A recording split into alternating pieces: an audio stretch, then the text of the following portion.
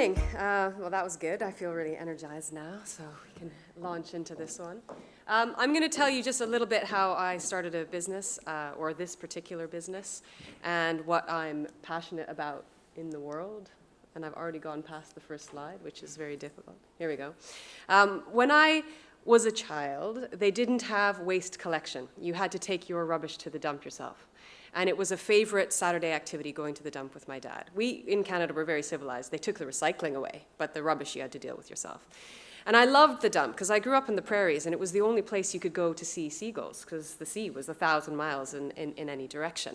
And I liked being able to pick things up and take things home and make stuff out of it. And I have a real fondness for this sort of sickly sweet smell of domestic refuse. It brings back lots of memories.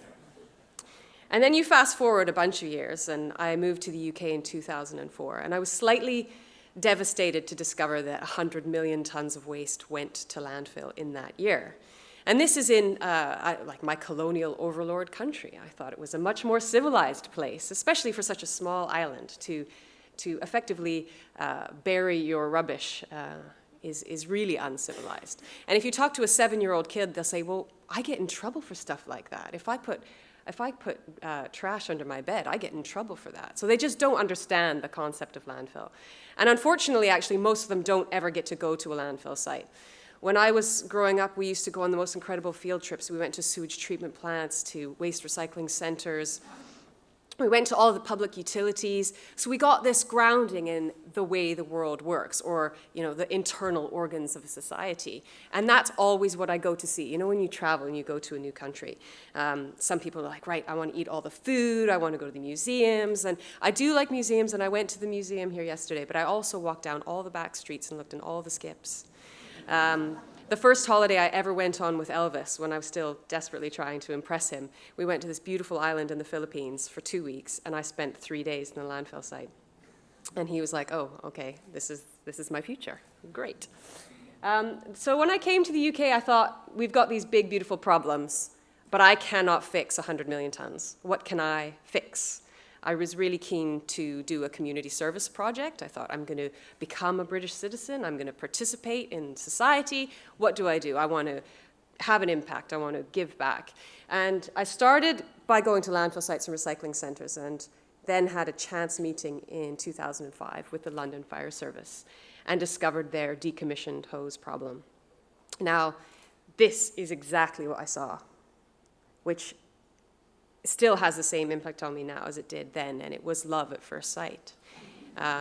We've got these rich, lustrous coils of red glinting in the sunshine, smelling a bit smoky, a bit charred. And they have this absolutely incredible past. Some of them have been in active service for 25 years. Some of them died on their first outing.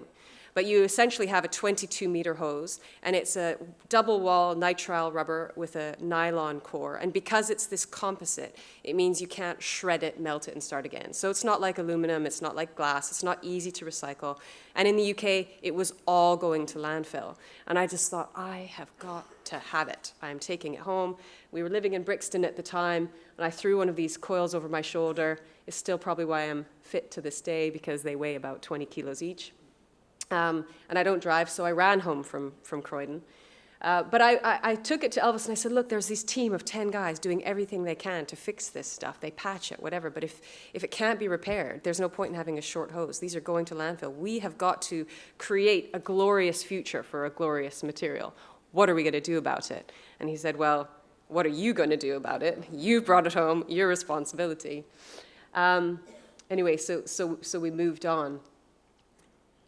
This is eventually where we got to, but I didn't ever want to make this product. It took me 2 years to accept that this was the kind of product that we were going to make. I wanted to make roof tiles. I think if you go back to high school, I would have been voted least likely to ever become a designer, least likely to comb her hair, least likely to wear high heel shoes or dresses or any of those things. So the fact that I'm now effectively a fashion designer, lots of my old friends find this absolutely hysterical. I wanted to make roof tiles, but there isn't enough fire hose waste globally annually to have a sustainable roofing business. There's just not enough material. What there is enough hose to do is to take on the likes of Louis Vuitton. And I remember in the early days of us collecting the hose, I went to the British Library in London. They have a business and IP center there. And someone handed me a Mintel report that literally broke down what Louis Vuitton sells in its monogram collection every year. And you know their monogram collection? It's PVC. It's not leather. And this is nitrile rubber, which is basically an uber high-grade PVC-free rubber. So I thought, I've actually got a better raw material than Louis Vuitton, so it's going to be easy to do this. The other reason why you couldn't make this into roof tails is that if you put it outside for a long time, it cracks. So 10 years of UV exposure will kill it and will make it leak. So although it starts off being waterproof, it would cease to become waterproof. We also discovered, and we discovered this with Harrods, that it's not fireproof. Once it ceases to be hose and it doesn't have water channeling through it, it's not fireproof anymore. We were going to design a floor for the new basement of Harrods, and basically we failed all the fire safety tests, and that was that. So we eventually made these bags. And the other thing that we did was we gave, and this was a promise I made on day one to the guys back in Croydon. I said, if we do ever make any money doing this, I'm going to give half of it back to you. And we do that in the form of donations to the firefighters' charity. And they thought, hey, great, nice promise to make. I'm sure we'll never see you again. But it's now we have the longest standing corporate donations to the firefighters' charity. It's the best partnership they've ever had. It grows every single year. And it's really important to me for several reasons.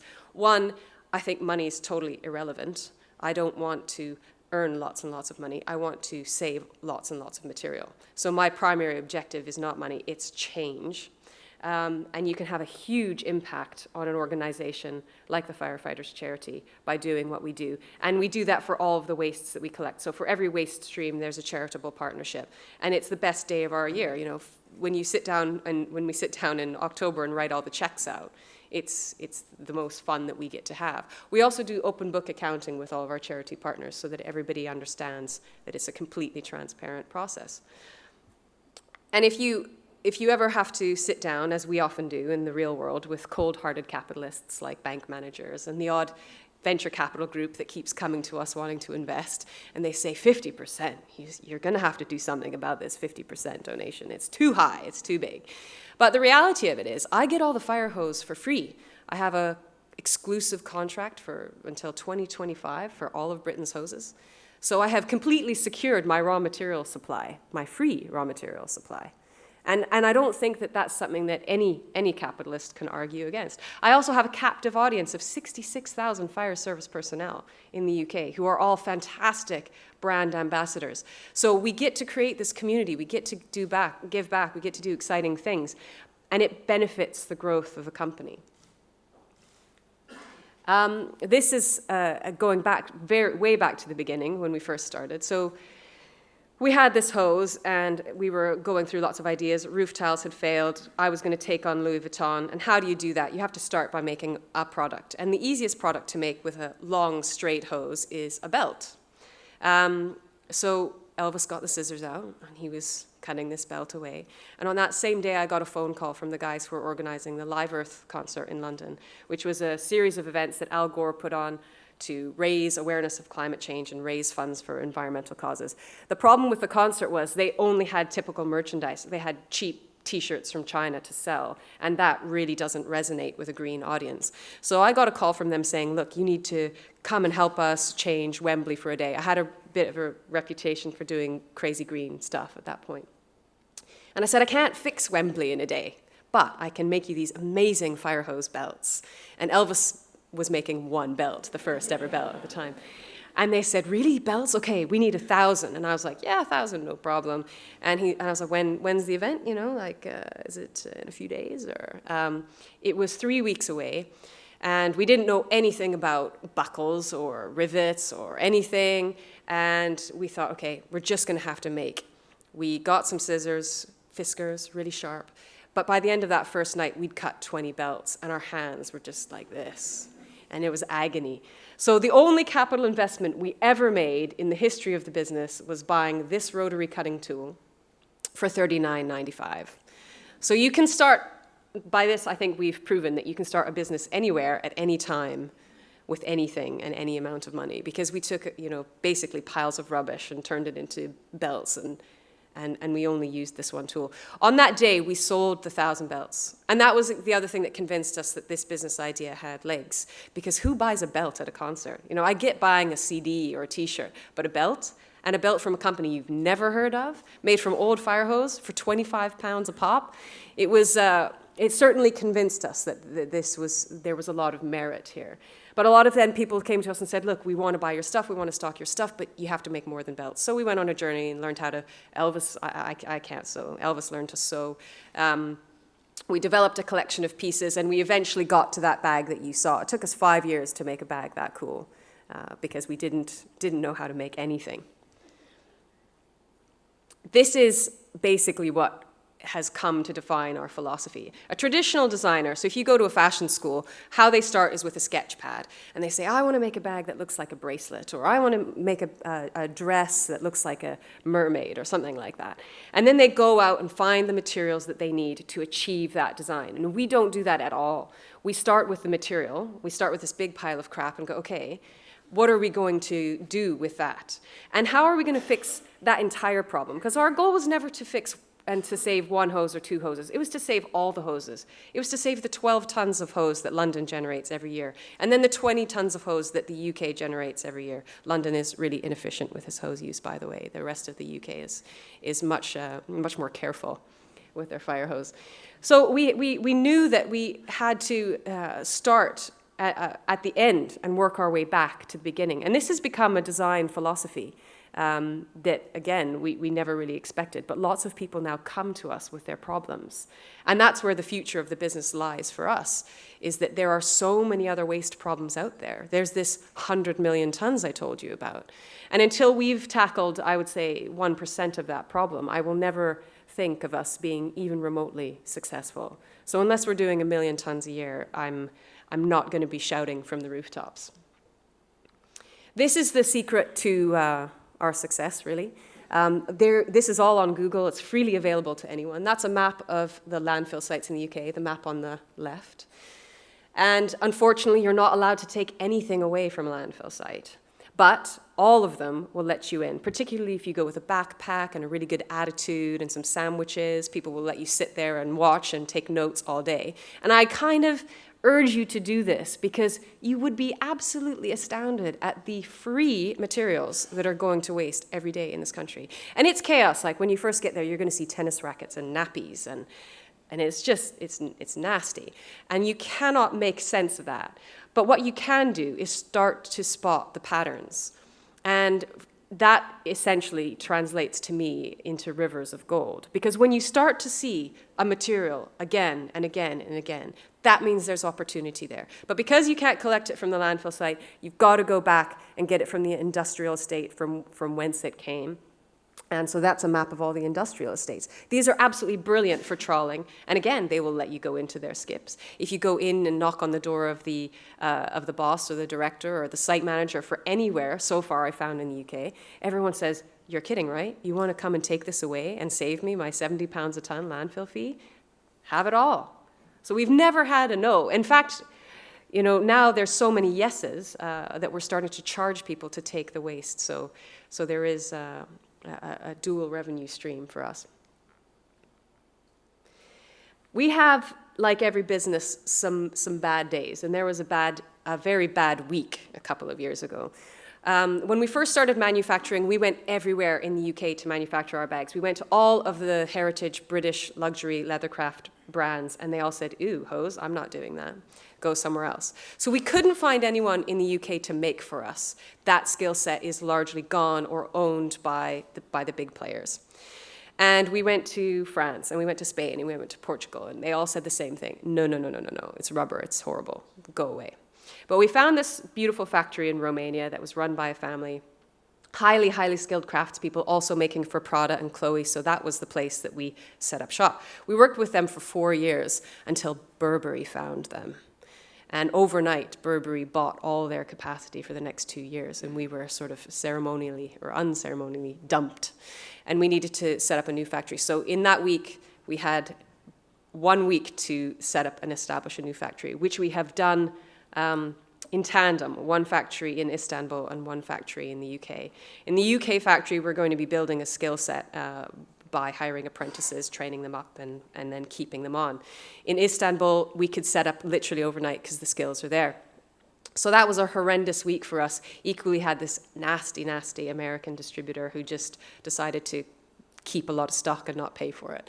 So I was having this bad day, and I typed into Google, everybody lies, everybody's evil, business sucks, blah, blah, blah. And then I clicked images, and this image popped up. And it's the slogan for Assassin's Creed, which is I don't play video games, but I think this is quite a popular one. And then I was looking at this image for a long time, and I thought, okay, there's a flip side to this. Because if nothing is true, and you can get away with anything, and that is the business world, that's the way it is, it means you're totally liberated to do awesome stuff. So I can collect all the waste I want. I can hire as many apprentices as I want. I can set up prison manufacturing, which we've done in the UK, because prisoners are 60% less likely to reoffend if they're actively engaged in work while they're on the inside. We can give half of our money away. As long as we're making any kind of turnover, any kind of traction, as long as we're marginally successful, we can do anything we want. And that is incredibly powerful. And that is, I think, what gets us out of bed every day doing exciting stuff. It's also what always sort of makes me turn this traditional environmental concept of the footprint on its head. We're always told that we have to reduce our footprint, that we have to stop traveling, we have to stop using water, we have to turn off the lights. And unfortunately, it's true, but it's also a really, really unsuccessful sales pitch. And I think the environmental movement has failed because it's depressing, you know. Yes, we have to use less. However, what you can do, and the flip side of that, and the Assassin's Creed's flip side of that, is that if you set up a business like ours that's inherently designed to fix problems and do awesome stuff, then you shouldn't try and reduce your footprint. You should try and maximize your footprint. And that is incredibly important to us. And that's why we didn't stop at one waste. We now collect and are responsible for 15 different waste streams.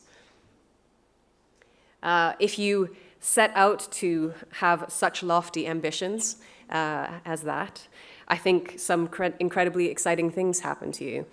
Really early on in the business, we had, I called her our Vogue stalker. We had this chick who kept calling us saying, I really need a belt for this photo shoot. And I thought, this is a fib, right?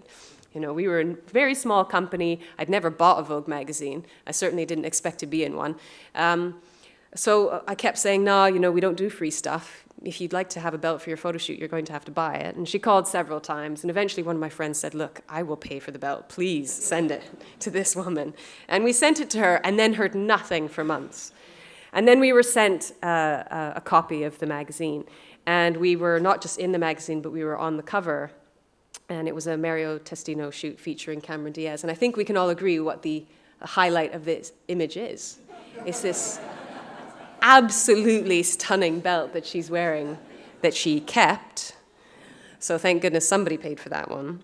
But this completely changed the way people perceived us, because suddenly, actually, we had done what we set out to do. We had embedded these beautiful hoses with unbelievable craftsmanship and quality and love, and we transformed them into something amazing. And that is why you can take something from a skip and put it on someone like Cameron Diaz, and people think, okay, this isn't niche anymore, this is mainstream. This is how the fashion world can be. Once you're a waste junkie, you're always a waste junkie. So for me, this is one of the other 15 waste streams that we collect. I found this on an industrial estate in Bow. Basically, even though it's dried grass, we do not compost coffee sacks in the UK, and 6,000 tons of these go to landfill every year. And that's a real shame in a time of fuel poverty, because these actually burn like a hardwood. They have the same calorific content. So we partnered with Sainsbury's. We made a reusable shopping bag. 50% of the profits go to coffee grower programs in developing countries, and the waste from my process, so my offcuts, go to making biomass fuel. So it's a truly closed-loop production system that I absolutely love, and it makes me feel good about drinking coffee, because I think I'm supporting my own business. This is another project that we've done. We've started really getting into furniture. We do lots of one-off commissions. This was for a restaurant in London called Oaxaca, a Mexican restaurant, and this is for their tequila room. I love the brief for this table. The founder of this restaurant, Thomasina Myers, who's the first ever winner of MasterChef, and she said, look, I need a really strong table, because we get lots of drunk Americans. And this table has to seat 18 people. And I was like, okay, so how do we make it so the benches won't tip over and all these other things? And yeah, it's definitely over-designed, I suppose. And it's made from reclaimed scaffolding boards. This is a new project for us we launched in January, and it's really sort of hard for me not to kind of jump when I'm talking about it, because it's the thing I'm most impressed that we've done. We always set out to be leaders in what every one of you will now be talking about over the next 10 years, the circular economy. Everybody talks about it, nobody designs for it. And what it means is that instead of making something that has one life, you're making something so that it can be taken apart and turned into another thing and another thing forever. So that we won't have this linear production cycle anymore. We'll have a completely circular production cycle. And I thought, okay, how do we do that for luxury? We need to create something truly circular for luxury. And at the same time, I had this problem. I had all these people from that leathercraft industry in the UK, automakers, handbag makers, saddle makers, going, I have tons of leather. I don't know what to do with it. And we have to send it to landfill because it can't be incinerated, blah, blah, blah. And I went to Elvis and I said, okay, we have to make something. It's got to be like Lego or Meccano, and it's got to be completely designed for deconstruction, and it's got to be sharing, like Airbnb and Facebook, and people have to be able to swap pieces and ideas and patterns and all these other things. And he came up with 3 pieces that you can interlock to make any 2-dimensional or 3-dimensional geographic shape. 2 or 3-dimensional geometric shape, rather. And we started just by selling these rugs, and we got some crazy German blogger to blog about it, and now we cannot keep up with German demand. We haven't sold a single one of these in the UK yet, much to my annoyance, but it's only since January, so it's early days. And the really interesting thing is that you can literally turn these 3 pieces into anything you want, so it's got a huge potential to turn leather into something that really is forever. This is a picture of Elvis. And I think it's very, very important to show this image because, as you may have guessed by now, this isn't business for me. It's incredibly personal. Elvis and I are partners in life and partners in business. We spent years actually trying to find a place where we could live and work in the same space, and that's because we don't have a life-work balance. We just have one life. We get up every day and work together and work on this thing. And I genuinely think if we're going to make real change and have real impact, that's how people have to approach their profession and approach the problems that are out there. And this final slide is my second favorite man, which is Wayne Gretzky. I know in Newcastle you have your own sporting heroes, but I grew up in Edmonton, a small town in Western Canada, and he was the man. We won 5 Stanley Cups with him at the helm. But he's quite famous for saying that the reason he was so successful is he didn't chase the puck around. He skated to where the puck was going to be. And I think if you look at what kind of business you want to create, and certainly the business that we've created, we've built something that we believe is important for the world in 2050. It's not necessarily the ideal trend for today, but it will certainly be the kind of business that's successful in 2050, and that ensures our long-term success. Thank you very much.